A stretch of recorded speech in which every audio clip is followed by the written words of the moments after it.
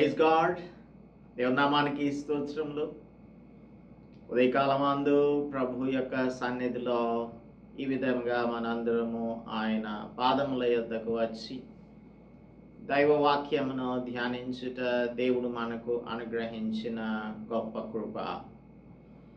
ఈ ఉదయకాలమందు తండ్రి కుమారునికి చేయుచున్న 7వ ఉపదేశం 2వ భాగాన్ని మనం ధ్యానం చేయబోతున్నాం.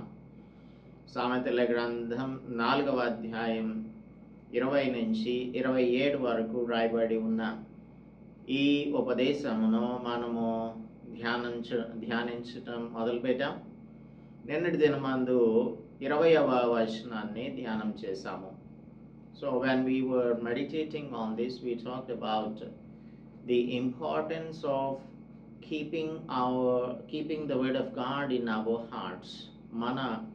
మన హృదయము దేవుని యొక్క మాటలను అంగీకరించేది, ఆలకించేదిగాను, ఆయన మాటలను, ఆయన వాక్యములకు చెవి ఒగ్గేదిగాను ఉండాలి.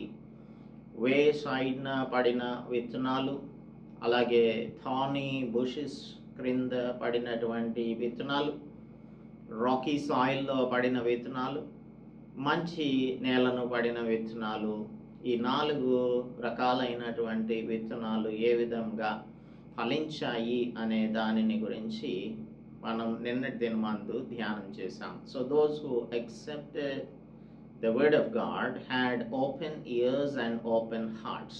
తెరచిన చెవులు, అలాగనే తెరవబడిన హృదయములు కలిగిన వారిగా దేవుని వాక్యములను అంగీకరించిన వారు మాత్రమే 100-fold ఫలించేవారిగా ఉంటారు, 100 ఫలించేవారిగా ఉంటారు అనేది నిన్నటి దినమందు ధ్యానం చేసిన అంశం. ఈరోజు 21వ వచనం నుంచి ధ్యానం చేద్దాం. ముందుగా ప్రార్థించుకుందాం. Let's pray. పరిశుద్ధుడా, మా ప్రియ ప్రభువా, మా రక్షక, మీ పాదములకు వందనములు చెల్లిస్తున్నాం. మా హృదయములు మోసకరమైనవి ప్రభువా, ఘోరమైన వ్యాధి కలిగినవి.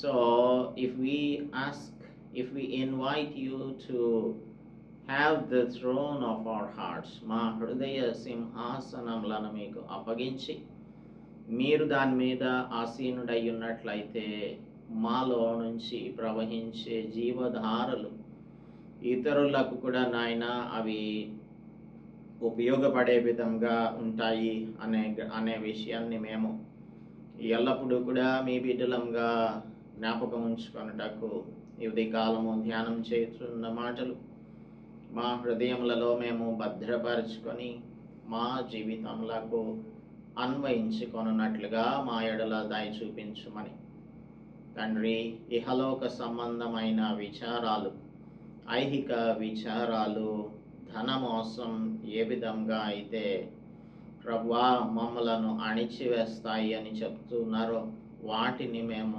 జాగ్రత్తగా మీ పాదముల దగ్గరకు తీసుకొని రాగలుగుటకు మా ఎడల దయ చూపించవలసిందిగా కోరుచున్నాం. ఈరోజు మాతో మాట్లాడండి, మమ్మను బలపరచండి, మా ప్రియులను మమ్మను ఈ ఉదయకాలము దీవించమని క్రీస్తు యేసు పరిశుద్ధ నామములో ప్రార్థిస్తున్నాం తండ్రి. ఆమేన్. Once again, I'd like to welcome you to the meditation of the book of Proverbs. తండ్రి కుమారునికి చేసిన 10 ఉపదేశములను, అదేవిధంగా జ్ఞానం యొక్క వచనములను కూడా మనము ఇందులో ధ్యానం చేస్తాం. There are four discourses of wisdom యొక్క ఉపన్యాసములు అని చెప్పచ్చు, ఉపదేశములు అని కూడా అనవచ్చు. సో అవి మొత్తం 3 ఉంటాయి. అలాగే తండ్రి చేసిన ఉపదేశములు 10. ఇప్పుడు మనం చూస్తున్న ఈ ఉపదేశం ఆత్మీయంగా మనం ఆరోగ్యంగా ఏ విధంగా ఉండాలి, ఆత్మీయ ఆరోగ్యం, స్పిరిచువల్ హెల్త్. దీనిని మనకు ఆత్మీయ ఆరోగ్యము లేదంటే ఆత్మీయ కుశలతను గురించి మనకు తెలియజేస్తుంది. 21వ వచనం చదువుకుందామా? 21, 22, 23 వచనాలు చూద్దాము. సామెతల గ్రంథం 4వ అధ్యాయంలో నుంచి. నీ కన్నుల ఎదుట నుండి వాటిని తొలగిపోనీయకుము, నీ హృదయమందు వాటిని భద్రం చేసుకొనుము. దొరికిన వానికి అవి జీవమును, వారి సర్వ శరీరమునకు ఆరోగ్యమును ఇచ్చును. నీ హృదయంలో నుండి జీవధారలు బయలుదేరును. కాబట్టి అన్నిటికంటే ముఖ్యంగా నీ హృదయమును భద్రంగా కాపాడుకొనుము. దేవుడు తన పరిశుద్ధ వాక్యం మన వినికిడిలో దీవించునుగాక. దైవిక జ్ఞానం అన్నింటికంటే విలువైనది అని మనకు 3వ అధ్యాయం 13 నుంచి 15వ వచనం చదివినట్లయితే అర్థమవుతుంది. దానిపైన మనం దృష్టి సారించాలి. దైవిక జ్ఞానం పైన మనం ఎందుకు దృష్టి సారించాలంటే, జ్ఞానం సంపాదించిన వాడు ధన్యుడు, వివేచన కలిగిన నరుడు ధన్యుడు. వెండి సంపాదించుట కంటే జ్ఞానం సంపాదించుట మేలు, అపరంజి సంపాదించుట కంటే జ్ఞానలాభం నొందుట మేలు. పగడముల కంటే అది ప్రియమైనది. నీ ఇష్ట వస్తువులన్నీయు దానితో సమానములు కావు. నీ ఇష్ట వస్తువులన్నీయు దానితో సమానములు కావు. ఇది అన్నింటికంటే విలువైనది. మన ఇష్ట వస్తువుల కంటే అది చాలా ఉన్నతమైనది. పగడములు అంటే ఆల్ కైండ్స్ ఆఫ్ జెమ్స్ కంటే ప్రియమైనది అని మనం దాని యొక్క డీటెయిల్స్లోనికి కూడా వెళ్ళాము. ప్రపంచంలో అత్యంత విలువైన వజ్రం ఏంటి, దాని విలువ ఏంటి, ఇవన్నీ కూడా ఆల్రెడీ మనం ధ్యానం చేసాం. సో ఇంత వాల్యుబుల్ విజ్డమ్ పైన మనం దృష్టి సారించిన వారంగా ఉండాలి. మన కన్నుల ఎదుట నుండి దేవుని యొక్క మాటలను తొలగిపోనివ్వకూడదు. ఎందుకంటే అవి జ్ఞానవచనములు గనక అది ఇట్ షుడ్ బి చెరిష్డ్. దైవ జ్ఞానమును మనం ప్రేమించాలి. అది ప్రియమైనది కాబట్టి we should cherish an it. And it's not just like we are tolerating it. అది ఇట్స్ నాట్ టాలరబుల్. సహింపదగినది కాదు. అది ప్రియమైనది, కోరదగినది, అత్యంత ప్రేమకు పాత్రమైనటువంటిది. ఎందుచేత అంటే దాని యొక్క the benefits of wisdom we have already meditated. అందుకనే కీర్తనకారుడు 119వ కీర్తన 11వ వచనంలో, నీ ఎదుట నేను పాపం చేయకుండానట్లు నా హృదయంలో నీ వాక్యమును ఉంచుకొని ఉన్నాను. అంటే he has stored up the word of God in his heart so that he would not do any kind of sin against God. దేవునికి వ్యతిరేకమైన పాపం చేయకుండా ఉండునట్లు దేవుని యొక్క వాక్యమును తన హృదయంలో స్టోరప్ చేసుకొని ఉంచుకున్నాడు. ఇంకా 97వ వచనంలో కీర్తనకారుడు అంటాడు, నీ ధర్మశాస్త్రం నాకెంతో ప్రియమైనదిగా ఉన్నది, నాకెంతో ప్రియంగా ఉన్నది అంటాడు. ప్రియంగా ఉంది, దినమెల్లా నేను దానిని ధ్యానించుచున్నాను. అంటే ఇప్పుడు it is like chewing the cud. ఇప్పుడు పశువులు గడ్డి మేసిన తర్వాత దానిని నెమరు వేసుకుంటూ ఉంటాయి కదా, that is what is called chewing the cud. దేవుని వాక్యమును మనం చదువుతున్నప్పుడు పరిశుద్ధాత్ముడు మనకు బోధించుచున్న అనేకమైన విషయాలు మనం అర్థం చేసుకుంటున్నాము. వీటిని మనం ఏం చేయాలి? We have to chew it like a cud. మనం నెమరు వేసుకుంటూ ఉండాలి. అందుచేత దేవుని యొక్క వాక్యమును మనం దినమెల్లా ధ్యానించే వారంగా ఉండాలి. ఒక స్టిప్యులేటెడ్ టైంని పెట్టుకొని ఆ టైంలో మాత్రమే దేవుని యొక్క మాటలను చదువుకోవడం కాదు, కానీ చదివిన మాటలను దినమంతా కూడా మనం జ్ఞాపకంలో ఉంచుకోవాలి. ఈరోజు నీవు ఏ వాక్యం చదివావు అని మనం అడిగితే, లేదంటే మనల్ని ఎవరైనా అడిగితే, చాలాసార్లు మనం అవును ఏం చదివాము అని ఆలోచన చేస్తుంటాం. అంటే దానిని మనం దినమెల్లా ధ్యానించడం లేదు. ఆ ఫస్ట్ సాములో ఏమంటాడు? దివారాత్రము యెహోవా ధర్మశాస్త్రమందు ఆనందించుచు దివారాత్రము దానిని ధ్యానించువాడు ధన్యుడు. అంతేగాని చదివినంతసేపే ధ్యానం అని అనుకోవడానికి లేదు. ఇది మనకు ఎలా ఉండాలంటే జుంటి తేనె ధారల కంటే మధురంగా ఉండాలి దేవుని యొక్క వాక్యం. అప్పుడు దానిని మనం ఆస్వాదిస్తూ ఉంటాం. కొలసీలకు రాస్తున్నప్పుడు అపోస్తలుడు పౌలు 3వ అధ్యాయం 16వ వచనంలో క్రీస్తు వాక్యం మీలో సమృద్ధిగా నివసింపనీయుడి అంటాడు. నివసింపనీయుడి. క్రీస్తు వాక్యం మీలో సమృద్ధిగా నివసింపనీయుడి. నివాసం ఉండాలి అంటే let it dwell in you richly అని అంటాడు. ఇంగ్లీష్లో చదివితే let it dwell in you richly. Let the word of God dwell in you. Dwelling అంటే దాని అర్థం ఏంటంటే it is like living at home as a permanent resident. ఒక permanent రెసిడెంట్గా మనం గృహంలో నివసిస్తున్నట్లుగా. అలాగా ఈ జ్ఞానం మనలో, క్రీస్తు యొక్క వాక్యం మనలో సమృద్ధిగా నివసిస్తున్నప్పుడు దేవుని యొక్క జ్ఞానంతో నడుచుకునే వారంగా ఉంటాము. 21వ వచనంలో చెప్తూ ఉన్నాడు, నీ కన్నుల ఎదుట నుండి వాటిని తొలగిపోనీయకము, నీ హృదయమందు వాటిని భద్రం చేసుకొనుము. భద్రం చేసుకోవాలి దానిని. ఎలాగైతే సామిస్ట్ తన యొక్క హృదయంలో దేవుని యొక్క వాక్యమును ఉంచుకున్నాను అంటున్నాడే, దానినే మనం keeping in the heart or cherishing in the word of God and cherishing in the word of God at your heart, in your heart. మన హృదయంలో నీ హృదయమందు వాటిని భద్రం చేసుకో, దొరికిన వానికి అవి జీవమును వారి సర్వ శరీరమునకు ఆరోగ్యమును ఇచ్చును. ఈ జీవవాక్యములు ఉన్నాయి కదా, దేవుని యొక్క వాక్యములు, దేవుని యొక్క మాటలు, ఇవి దొరికిన వానికి జీవం దొరికినట్టు. అలాగే వారి సర్వ శరీరమునకు ఆరోగ్యమును ఇచ్చును. Life to those who find them and healing to all their flesh.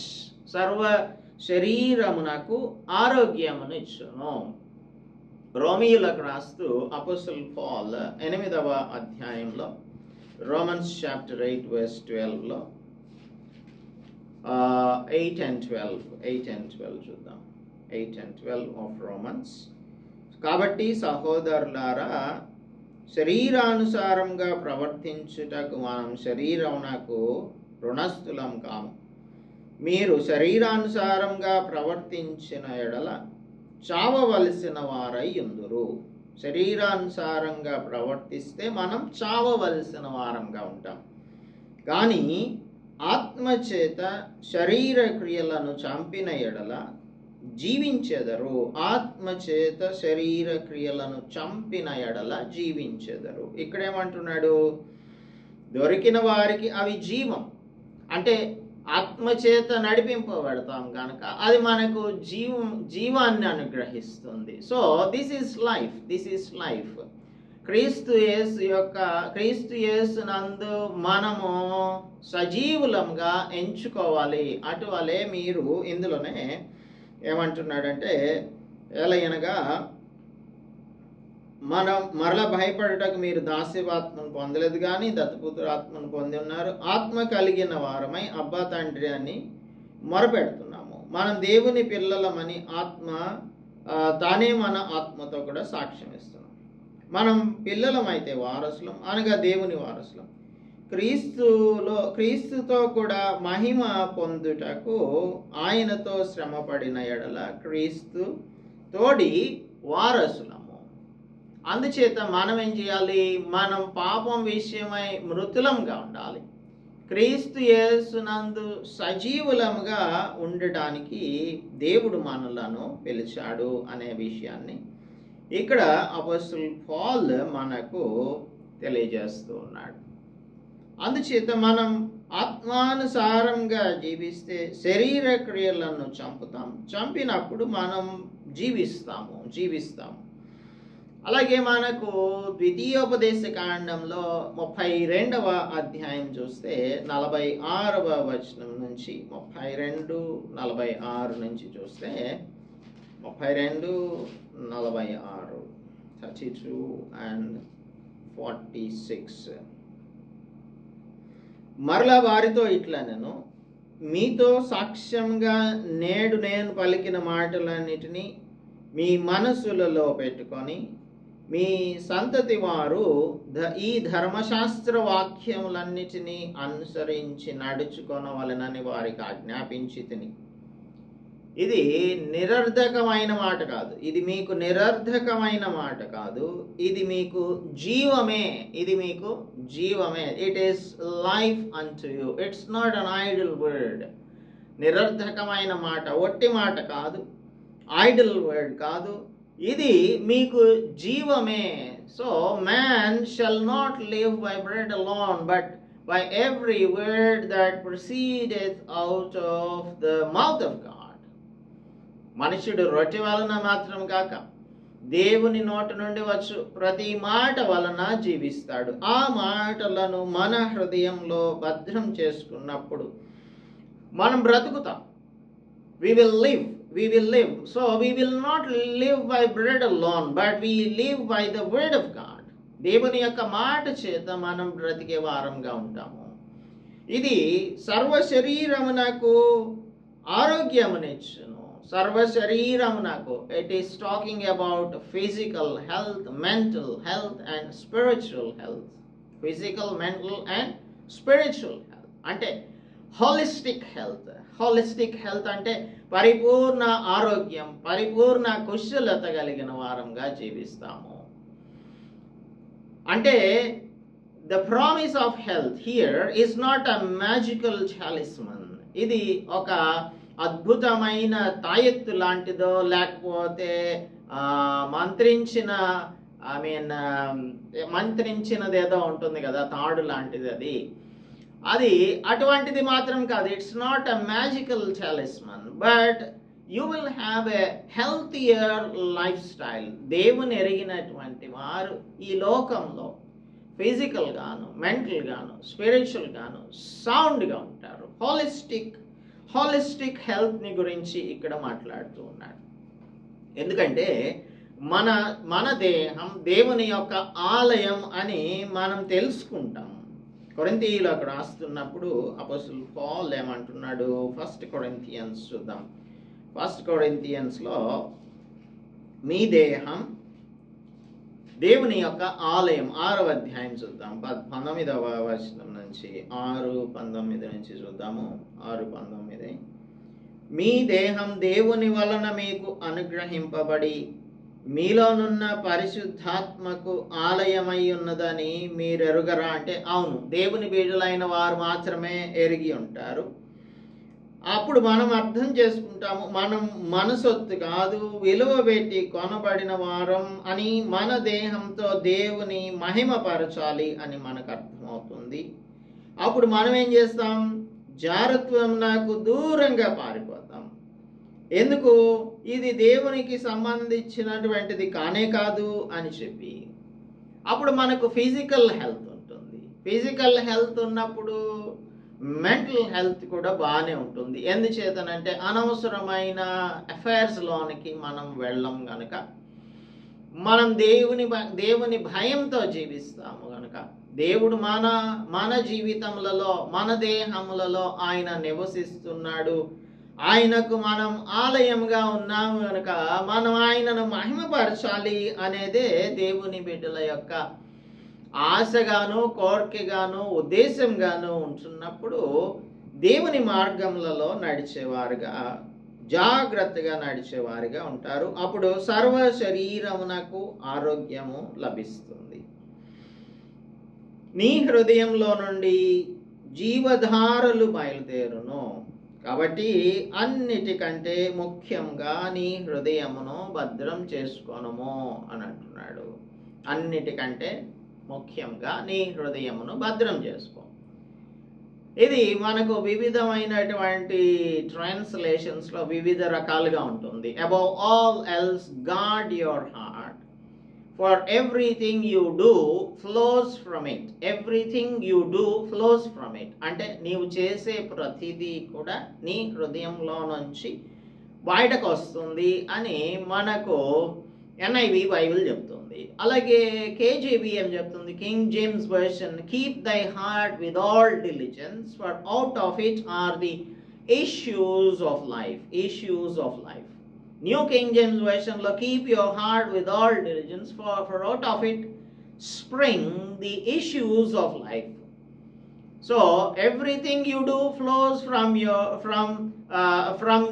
heart. From you అంటే from your heart అనేది మనకు NIV చెప్తున్నటువంటిది. యేసు ప్రభు కూడా అదే విషయాన్ని మనకు చెప్తూ ఉన్నాడు. మత్తయి సువార్త 15వ అధ్యాయం 9వ వచనంలో 15 and 9 of the book of Matthew లో ఆయన చెప్పేటువంటిది ఏంటంటే, మన యొక్క హృదయంలో నుంచి అన్ని కూడా బయటకు వస్తాయి. 11వ వచనం, నోట పడున్నది మనుష్యుని అపవిత్రపరచదు కానీ నోట నుండి వచ్చున్నదియే మనుష్యుని అపవిత్రపరచును అని చెప్పాడు. సో బయటకు వచ్చేటువంటిది మన యొక్క హృదయంలో నుంచి బయటకు వచ్చేది మనలను అపవిత్రపరుస్తుంది. 19వ వచనం కూడా చూద్దాం, ఇందులో నుంచి ఏమేమి వస్తాయి అనేది. 18-19, నోట నుండి బయటకు వచ్చినవి హృదయంలో నుండి వచ్చును, ఇవే మనుష్యుని అపవిత్రపరచునని మీరు గ్రహింపలేదా? దురాలోచనలు, నరహత్యలు, వ్యభిచారములు, వేశ్యాగమనములు, దొంగతనములు, అబద్ధ సాక్ష్యములు, దేవదూషణలు హృదయంలో నుండియే వచ్చును. హృదయంలో నుండియే వచ్చును. So out of your heart come all your activities of your life. నీవు ఏ విధంగా ప్రవర్తిస్తున్నావు అనేదంతా కూడా మన హృదయంలో నుంచే బయటకి వస్తుంది. అందుకనే హృదయము నిండి ఉండు దానిని బట్టి నోరు మాట్లాడుతుంది అని 12వ అధ్యాయంలో యేసు ప్రభు చెప్తూ ఉన్నాడు. 12వ అధ్యాయం 34 నుంచి 35 వరకు చూచినప్పుడు అది ఆయన మనకు మత్తయి సువార్తలో తెలియజేస్తూ ఉన్నాడు. సో మన యొక్క హృదయం అనేది చాలా ప్రాముఖ్యమైనది. నీ హృదయమును, ముఖ్యంగా నీ హృదయమును భద్రంగా కాపాడుకోను అంటున్నాడు. జెరెమయా అయితే చాప్టర్ 17లో అంటూ ఉన్నాడు, హృదయము మోసకరమైనది, అన్నిటికంటే మోసకరమైనది, అది ఘోరమైన వ్యాధి కలిగినది, అది ఘోరమైన వ్యాధి కలిగినది.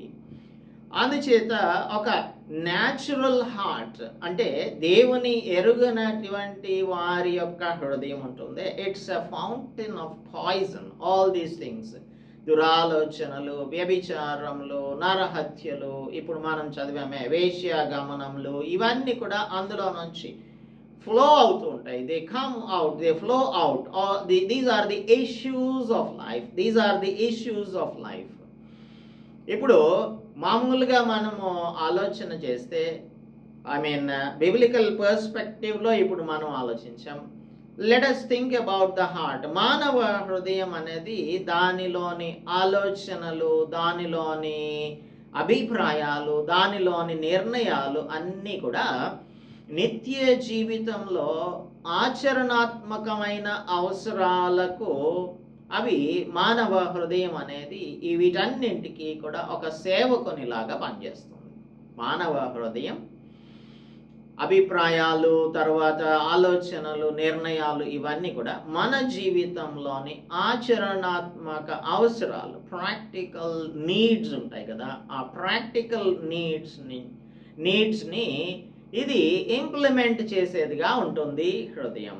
సో మనం ఇదంతా కూడా ఒక ఫ్రేమ్ వర్క్లో పనిచేస్తూ ఉంటుంది. ఒక క్రమమైన పద్ధతిలో ఒక క్రమం ఉంటుంది. అదేంటంటే the frame work is the need, అంటే మన అవసరం. దెన్ వి ఇన్వెంట్ సంథింగ్, ఒకదానిని మనం ఇన్వెంట్ చేస్తాం లేదంటే ఆవిష్కరిస్తాం. తర్వాత సాటిస్ఫాక్షన్. ఇప్పుడు ఇది నిరంతరం మనం చేసేటువంటి పని ఏంటంటే, మనకున్నటువంటి పరిజ్ఞానంతో మనం అనలైజ్ చేస్తే మన హృదయం చేసేది ఏంటంటే, ఒక మెరుగైన జీవన శైలిని మనం కలిగి ఉండాలి అని మన యొక్క హృదయం మనలను ఈ ఫ్రేమ్ వర్క్లో నడిపిస్తుంది. దిస్ ఈజ్ యువర్ నీడ్, ఇది నీ అవసరత, దీనికోసం నీవు ఇది ఆవిష్కరించాలి. ఇది ఆవిష్కరించిన తర్వాత దీనిలో నుంచి నీకు సంతృప్తి కలుగుతుంది. సో నీడ్ అండ్ సాటిస్ఫాక్షన్కి మధ్యన ఒక మార్గాన్ని, ఒక పద్ధతిని, ఒక విధానాన్ని మనం కనుగొంటాం. అది మన యొక్క లైఫ్ స్టైల్. ఇప్పుడు దేవుని బిడ్డలైనటువంటి వారు ఏం చేస్తారు అంటే, మన హృదయం అనే సింహాసనం మీద దేవుని ప్రతిష్ఠించుకుంటారు. దేవుణ్ణి ప్రతిష్ఠించుకోవాలి. అందుకే ఫస్ట్ పీటర్లో చెప్తూ ఉన్నాడు. పీటర్ మొదటి ఎపిసోడ్లో చూసినట్టయితే మొదటి పేతురు పత్రికలో 3:15 చూద్దాము. 3:15లో మధ్యలో నుంచి చదువుతూ ఉన్నాను.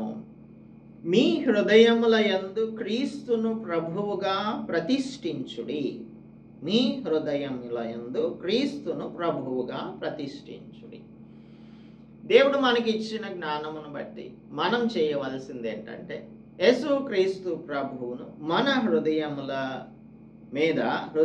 యందు, అంటే maybe you can say the throne of your heart, మన హృదయ సింహాసనం మీద ప్రభువుగా, ప్రభు అంటే ఎవరు? లార్డ్, ప్రతిష్ఠించాలి.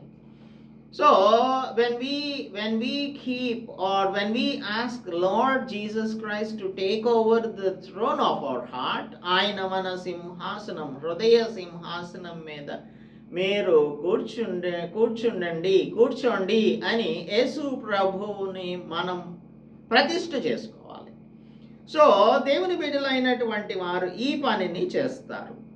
చేసినప్పుడు ఏమవుతుందంటే, మన హృదయములలో క్రీస్తు ప్రభువు అనుగ్రహించే సమాధానం as we see in Colossians chapter 3లో, కొలొస్సీయులకు రాసిన పత్రిక 3వ అధ్యాయం 15వ వచనం చెప్తుంది, క్రీస్తు అనుగ్రహించు సమాధానం మీ హృదయములలో ఏలుచుండనీయుడి. So when we consecrate, or when we ask the Lord Jesus Christ to occupy the throne of our heart, మన హృదయ సింహాసనమును అధిష్ఠించమని ఆయనను ప్రతిష్ఠ చేసినప్పుడు, ఆ క్రీస్తు ప్రభువు అనుగ్రహించే సమాధానం మన హృదయములలో ఏలుచుండనీయుడి అంటున్నాడు. ఏలుచుండనీయుడి అంటే ఆయనను ప్రతిష్ఠ చేసిన తర్వాత కూడా చాలాసార్లు మనం ఏం చేస్తామంటే, ఈ గ్రాటిఫికేషన్ ఉంది కదా, the need gratification of the needs, మన అవసరతలను సంతృప్తి పరుచుకొనుటకు, మన కోరికలను సంతృప్తి పరుచుకొనుటకు, మన ఉద్దేశములను మనం సాధించుకొనుటకు ఏం చేస్తామంటే, దేవుడు అనుగ్రహించే సమాధానమును మనం ఏలుచుండనీయకుండా మన సొంత మార్గములలోనికి వెళ్ళే అవకాశం ఉంటుంది. అందుచేత మనం ఏం చేయాలంటే, we must give the Lord to grant his peace unto us in our hearts. దానిని మనం ఏలుచుండనివ్వాలి. అంటే we must give the opportunity to the Lord Jesus Christ to rule our life activities. మన జీవితంలోని ఆచరణాత్మక అవసరాలు, ప్రాక్టికాలిటీలోనికి వచ్చేసరికి మనం ఏం చేస్తామంటే, మన ఆలోచనలను చేసుకుంటూ ఉంటాము. అందుచేతనే మనం ఇంతకుముందు ధ్యానం చేశాము. 3వ అధ్యాయం 5వ వచనము, నీ స్వబుద్ధిని ఆధారం చేసుకొనక, నీ పూర్ణ హృదయంతో యెహోవా యందు నమ్మకముంచు. ఇప్పుడు we have enthroned the Lord Jesus Christ in our heart. మన హృదయ సింహాసనం పైన యేసు ప్రభువుని కూర్చుండబెట్టాం.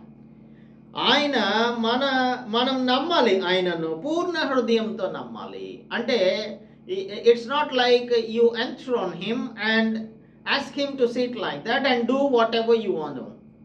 నీవు ఏది చేయాలనుకుంటున్నావో అది చేసుకుంటూ వెళ్ళిపోవడం కాదు. ఆయన యందు నమ్మకం ఉంచాలి. ఆయన నా హృదయ సింహాసనం మీద కూర్చున్నాడు, అందుచేత నా సొంత బుద్ధిని నేను ఆధారం చేసుకోకూడదు. I should not lean on my own understanding. అప్పుడు ప్రవర్తన వస్తుంది, ప్రాక్టికాలిటీ వచ్చింది.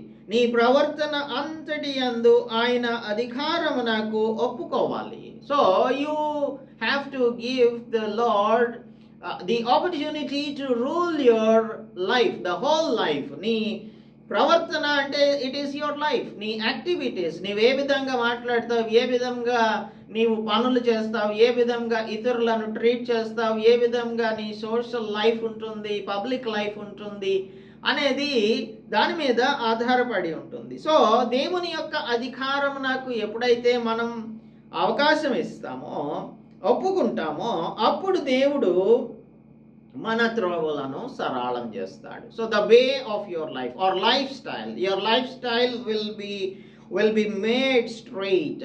దేవుడే దానిని సరళంగా చేస్తాడు. సరళమైన రీతిలో నీవు నడుచుకుంటూ స్ట్రైట్ పాత్లో నడుచుకుంటూ వెళ్ళిపోగలుగుతావు. కుడికి కానీ ఎడమకు కానీ నీవు తొలగిపోకుండా నీవు దేవుని యొక్క మాటల ప్రకారంగా నడిచేవానిగా ఉంటావు. 27వ వచనం అదే చెప్తుంది. నీవు కుడి తట్టుకైనను ఎడమ తట్టుకైనను తిరగకు అంటే ఆయన మనలను కుడికి ఎడమకు తిరగనీయకుండా మనలను ఎప్పుడు కూడా తిన్ననైనటువంటి దారిలో నడిపిస్తాడు. Of course, we are not going to meditate this verse today, but we will continue this tomorrow. 24, 25, 26, 27 verses ni మనం రేపటి దినమందు ధ్యానం చేద్దాం. So what we have learn today, మనం ఈరోజు నేర్చుకున్నటువంటి విషయం ఏంటంటే, మన హృదయంలో ఆలోచనలు, అభిప్రాయాలు, నిర్ణయాలు అన్నీ కూడా మన ఆచరణాత్మక అవసరాలను బట్టి ఆధారపడి ఉంటాయి. సో ఈ హృదయం అనేది చేస్తున్న ఈ నిర్ణయాలు, అభిప్రాయాలు, ఆలోచనలు అన్నీ కూడా ఒక ఫ్రేమ్వర్క్ని అనుసరించి నడుస్తాయి. మన నీడ్స్ ఏంటి అని మనం దానిని ఏ విధంగా గ్రాటిఫై చేసుకోవాలి, లేదంటే సాటిస్ఫై చేసుకోవాలి అని మనం ఎప్పుడు కూడా మనం ప్రయత్నం చేస్తూ ఉంటాం. ఇప్పుడు దేవునికి మనం అధికారం ఇచ్చినప్పుడు, మన హృదయ సింహాసనం పైన దేవునికి అధికారం ఇచ్చినప్పుడు, ఆయన మనలో కూర్చుండి మన త్రోవలను సరళం చేస్తారు. సరళం చేసినప్పుడు మన యొక్క జీవిత విధానమే మారిపోతుంది. Life style will B completely changed and you will be able to have physical health, mental health and spiritual health. ఇది హెల్తియర్ లైఫ్ స్టైల్కి దారితీస్తుంది. అందుచేత నా కుమారుడా, నీవు నీ హృదయమందు నా మాటలను భద్రం చేసుకోమని చెప్తూ ఉన్నాడు. నీ కన్నుల ఎదుట నుండి తొలగిపోనీయకము. నీ హృదయంలో నుండి జీవధారలు బయలుదేరుతాయి. కాబట్టి అన్నిటికంటే ముఖ్యంగా నీ హృదయంను భద్రంగా కాపాడుకోను. మన హృదయమే మనలను కాపాడేటువంటిది. దేవునికి అప్పచెప్తే న్యాచురల్ మ్యాన్ యొక్క హృదయం ఇవన్నీ కూడా ఆలోచించలేదు, అర్థం చేసుకోలేదు. కానీ దేవుని కృపను బట్టి దేవుడు మన హృదయములను వెలిగించారు. ఆయన మనలను వెలుగుమయమైన జీవితాలను జీవించడం కోసమే ఈ విధంగా తన బిడ్డలుగా చేసుకున్నారు. We are privileged to have Lord Jesus Christ as our Lord. మన ప్రభువుగా క్రీస్తును కలిగి ఉండడం అనేది మనకు గొప్ప భాగ్యం. ఆయనకే మన యొక్క హృదయం పగ్గాలను అప్పగించుదాం. ఒకవేళ ఎప్పటి వరకు కూడా నీవు ఆ పనిని చేయలేకపోతే, ఈ ఉదయకాలమందు ఆయనకు నీ పగ్గాలను అప్పగించి నీ లైఫ్ స్టైల్ అంతటినీ కూడా ఆయన నియంత్రించినట్లుగా ఆయన అధికారంలో మనం జీవించుదాం. అప్పుడు ఈ లోకంలో మనకంటే హెల్తియర్ లైఫ్ స్టైల్ ఇంకెవరికి కూడా ఉండదు. దేవుడు ఆ విధంగా మిమ్మలను ఆశీర్వదించునుగాక. ప్రార్థించుకుందాం. మహాపరిశుద్ధుడా, మహోన్నతుడా, మా ప్రియ ప్రభువా, మా ప్రవర్తన అంతటి యందు మీ అధికారం నాకు ఒప్పుకునే వారంగా ఉండునట్లు, మా హృదయములలో మిమ్మును ప్రతిష్ఠించుకునే వారంగా, మీ సమాధానం మా హృదయములలో ఏలుచుండనిచ్చే వారంగా ఉండునట్లు మా ప్రియులకు మాకు కృపను అనుగ్రహించమని క్రీస్తు యేసు పరిశుద్ధ నామములో ప్రార్థిస్తున్నాం తండ్రి. ఆమేన్. దేవుని నామానికి స్తోత్రం. అందరికీ కూడా ప్రభు నామంలో వందనాలు చెల్లిస్తున్నాను. మన తండ్రి అయిన దేవుని యొక్క ప్రేమ, ప్రభువైన యేసు క్రీస్తు కృప, పరిశుద్ధాత్మ నిత్య సహవాసం ఇప్పుడు ఎల్లప్పుడూ తోడై ఉండి ఆయన మార్గములలో సరళమైన రీతిలో నడుచుటకు దేవుడు మనకు కృప చూపించును గాక. ఆమేన్.